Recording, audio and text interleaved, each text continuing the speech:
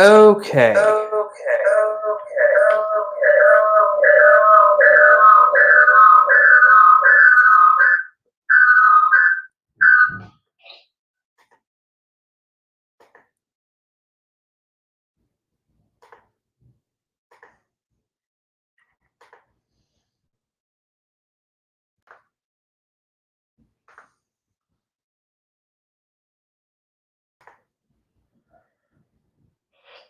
All right.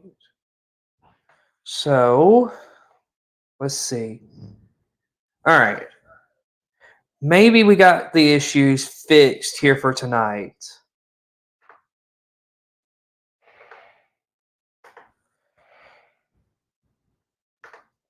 All right.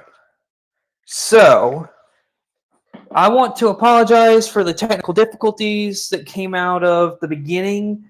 The first stream we tried to do here just a few minutes ago, we had some technical difficulties. So, um, just want to apologize for that.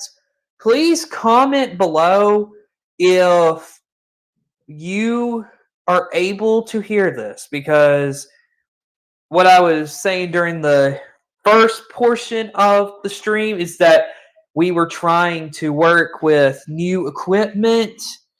And so, with that being said, we're trying to work out the kinks in everything. So, this is not the ideal start for the new setup. As you could see from earlier, we have a wide angle shot where I could have a guest with me. And this right here is my shot where you can see the screen right here. And I've got it. Well, this is a new addition, having a TV with a display. So I think it's gotten better. So let's see. Okay, audio is working now. Thank goodness. All right, so um a little bit about what we're gonna do tonight. We got a lot to talk about, and I don't know how long this is gonna go. Now that I've started a little bit later than what I would have really liked to, but we're just gonna roll with it. So we're gonna be talking about Colorado's move to the Big 12 and talk about the Pac-12. What is their future, and if they get a TV deal done, is it going to actually help things? Well, we'll see. Then we got some preseason rankings and much more to come here tonight on College Football Wraparound. But let's go ahead and start with Colorado. So they are making their return to the Big 12. And after the departure of UCLA and USC, this is not really a shock, is it? I mean, if you're out west, maybe. But here's the thing. This is not a shock to me. The reason for it being is that Colorado is watching the Big 12 and looking at how aggressive the Big 12 has been. And Colorado's looking at that and being like, oh, we can go back to the Big 12 and we can do a lot better for ourselves. So that's what Colorado's doing. They're going to the Big 12. They're betting on themselves, which is a great thing to see. So I think it's great to see Colorado go into the Big 12. I really do hope that by going to the Big 12, that this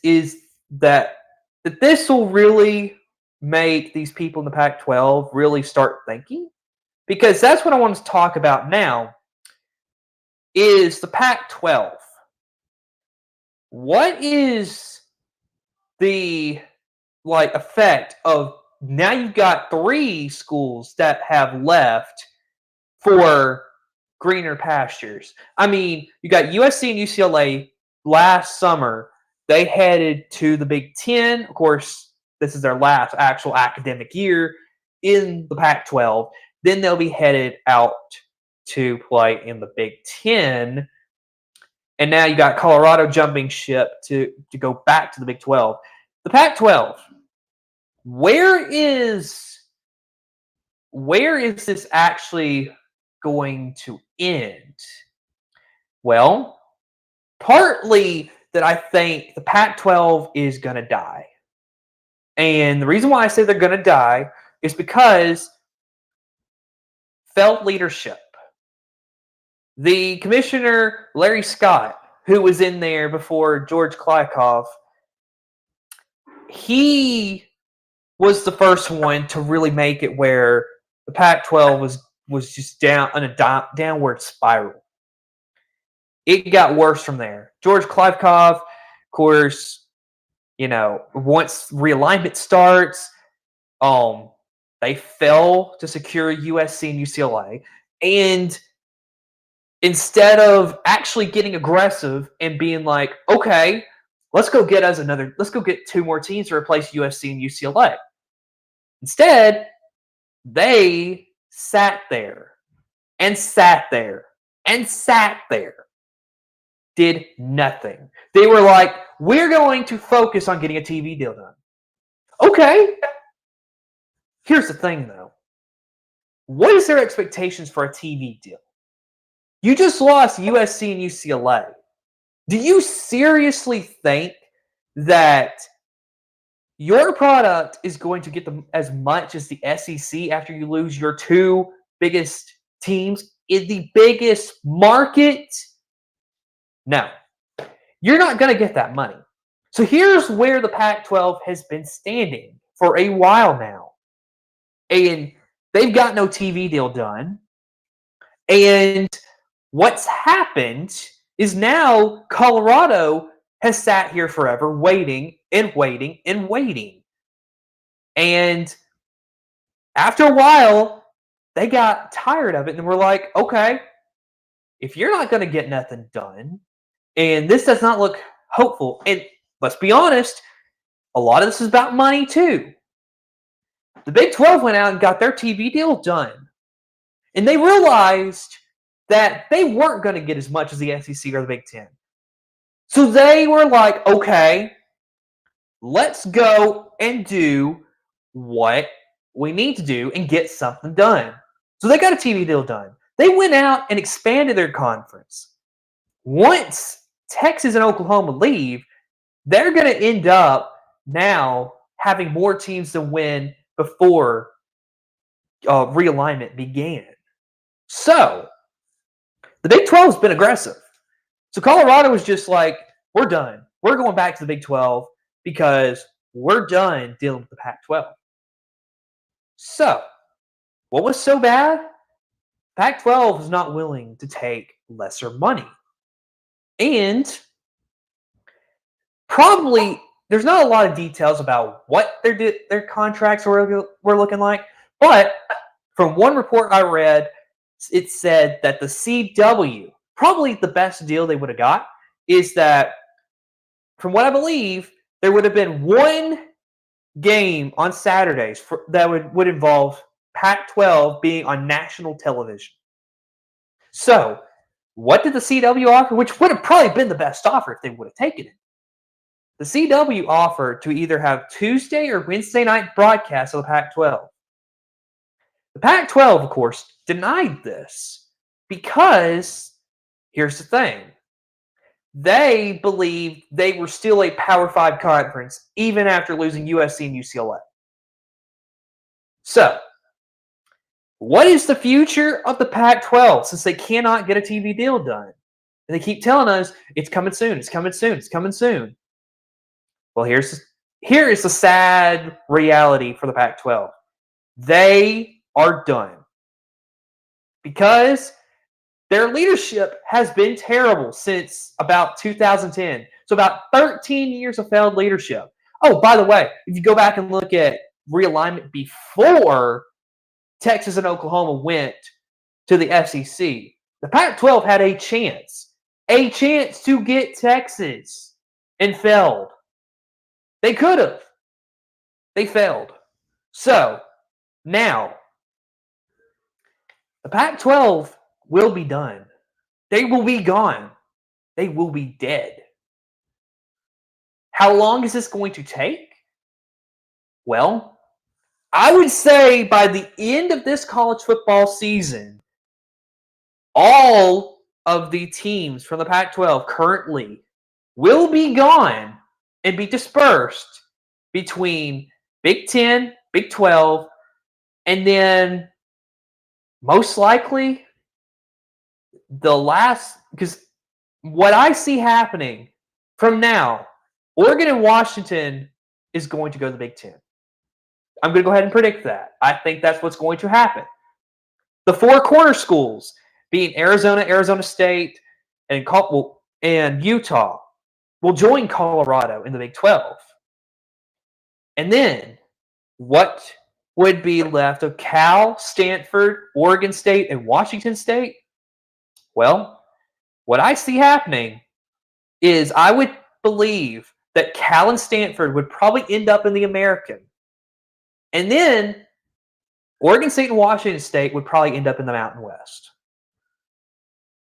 That's how it all will be dispersed.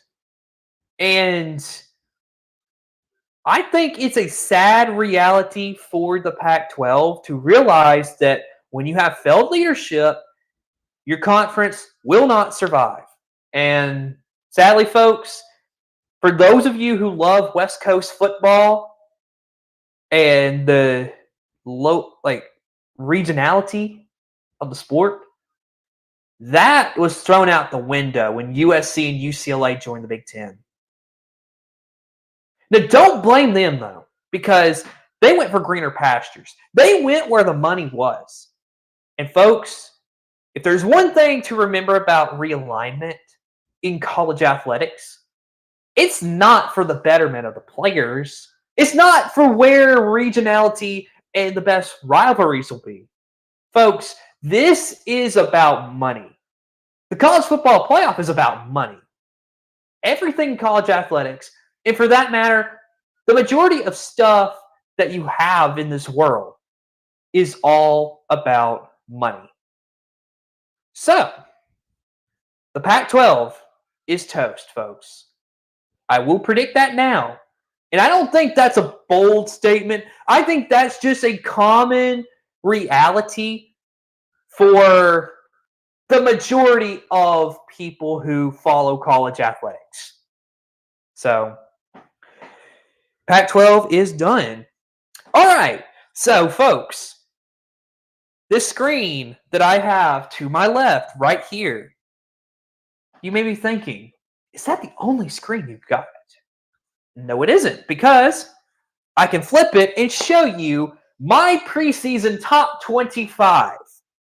Who is it that I believe are the top teams in college football right now?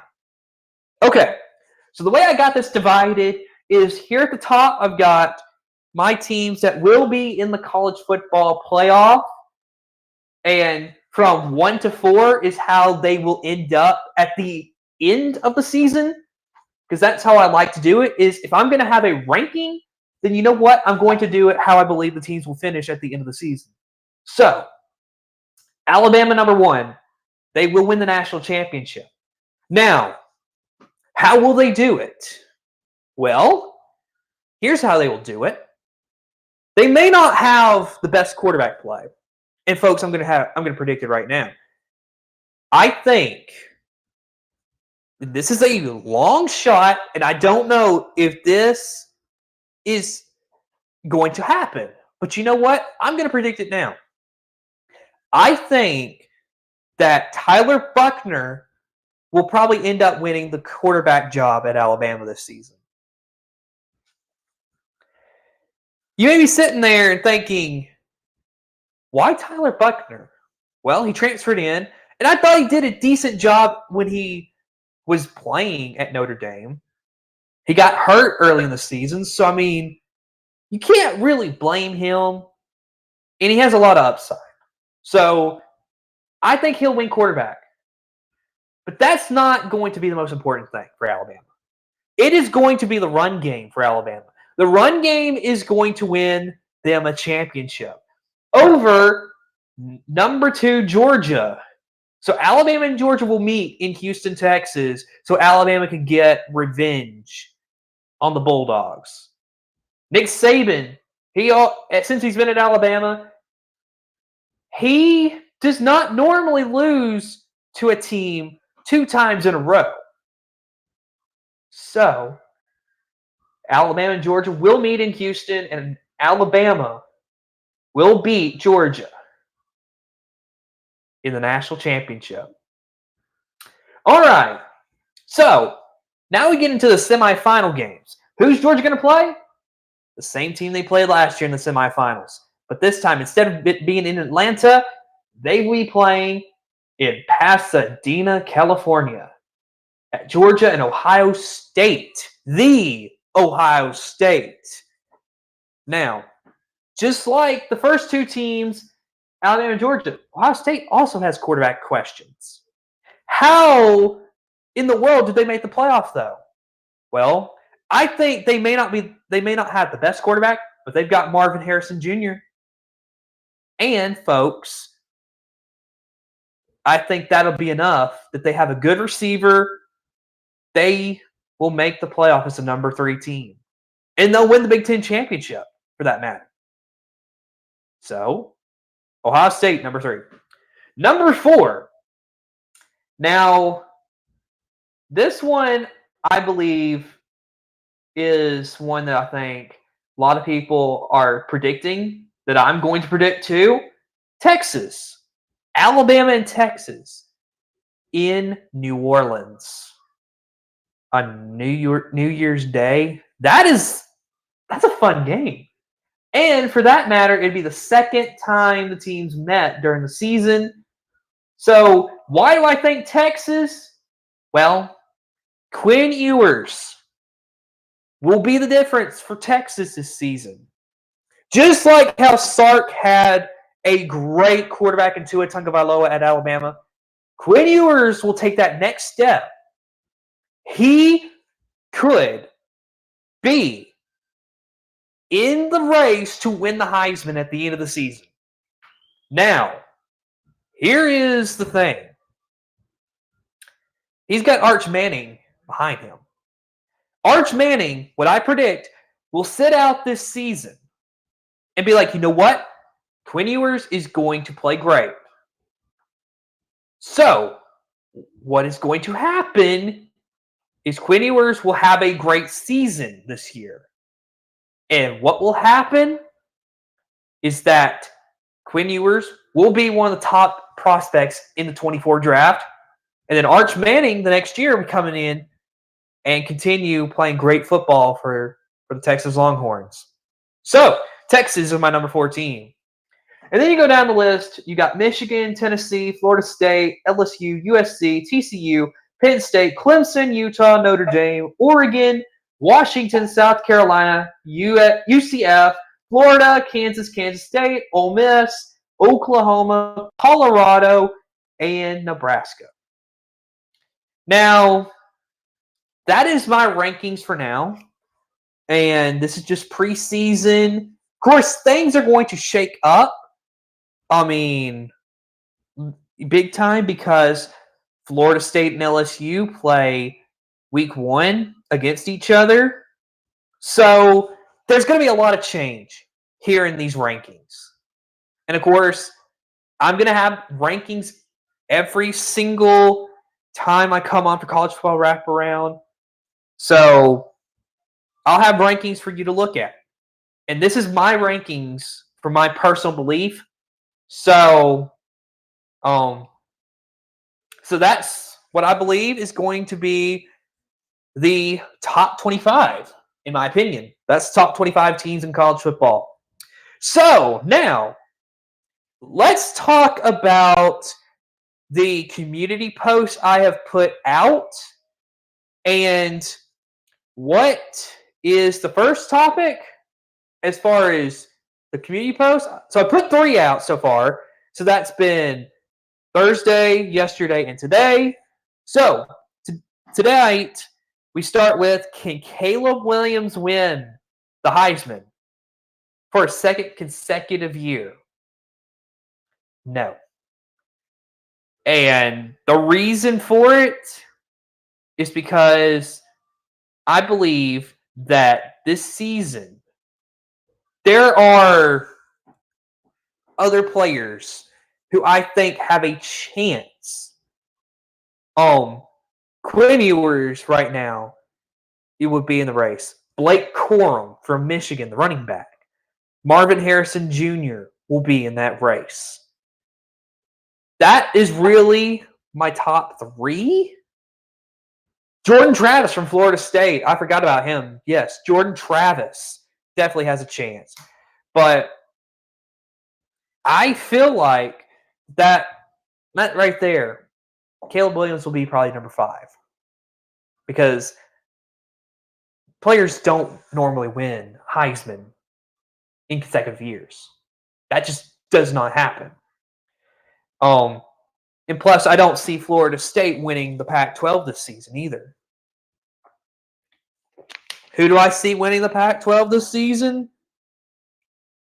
I think Oregon has a chance.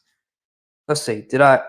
Oregon I have right now at number 15. So, I mean, we'll see what happens. But, all right. So the next one was, can Bo Nix become a first rounder in the NFL draft?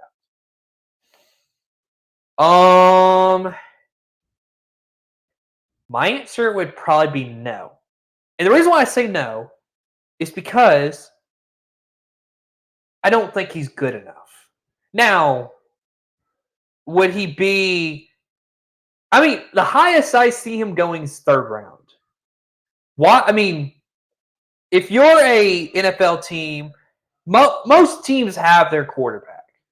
Unless you're looking for a guy who, if you're a team that has an older quarterback, so let's say like the Jets, okay? Because the Jets have Aaron Rodgers. Bo Nix is not a crazy thing to do, even though you have Zach Wilson. You don't like him. You've had him for a few years. You don't like him. You went out and got Aaron Rodgers. Okay.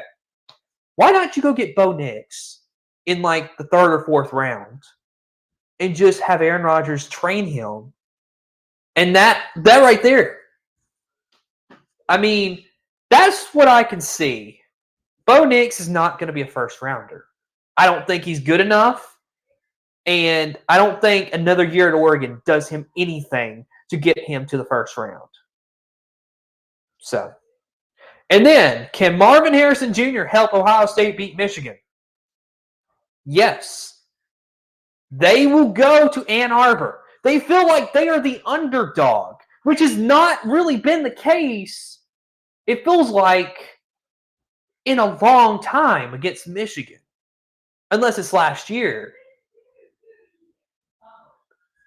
Marvin Harrison Jr. will end up having one of the best games of his career, in my opinion, against Michigan.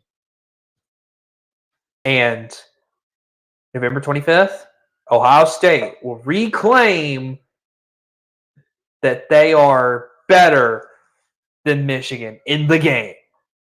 They will beat Michigan. All right, folks. We are now getting towards the end of our show for the night. And, of course, just comment below what you think about our new studio setup. Of course, it is nice to have a bigger setup. And so it's been incredible. But, of course, we did have some technical difficulties with the microphones. Of course, got that figured out. Thank goodness. So that is where we're at right now.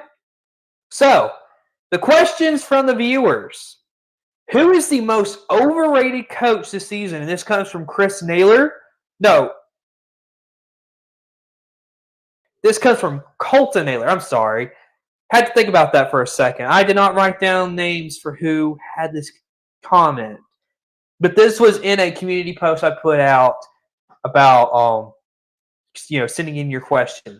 Who is the most overrated coach this season? Honestly, if you're looking at overrated, Brent Venables, in my opinion. Because I think a lot of people don't expect Oklahoma to be bad like they were last year, but I don't see Oklahoma really being. I mean, to get to 9 wins, I think would be like a great season for Oklahoma. But in all reality, I think 6-6 is where Brent Venables. That's the kind of coach you're going to get from him. He's not going to win you a championship. I'm sorry, folks. I mean, who knows? I could be eating my words at the end of the season if Oklahoma does do really good. But I don't see Oklahoma being a really great team. I just see him being the guy that gets you 6-6, enough to get you to a bowl game. And then whether you win or not is just, you don't know. It just depends on who's on your team for the bowl game. And then another question. This is from Chris Naylor. Who will be the biggest disappointment this season? Honestly, I think it goes to the same question I had just a minute ago about overrated coach. It's Oklahoma. Because I think a lot of people think they're going to be like, 10-win season, possibly. They'll probably have, at best, I think they'll probably get 8-4. But I think that's what you're gonna see. Either them or Texas A&M. So, with that, I have no more questions. So we will do this again. Please, if you will, in the comments section here on this video, if you go down there and after the video is over, if you post some questions, the questions will redirect to my email. Please send in questions for next Saturday night because I love these questions, or it may not be next Saturday night. I'm not sure. I will work that out. I'll get back to the community post and let y'all know when. But with that being said, I'm Cooper Naylor, and this is College Football Wraparound. Thanks for watching, and thanks for seeing my new studio that I hope we get these technical issues fixed before we go towards the beginning of the season. So with that, thanks for watching. Goodbye, everybody.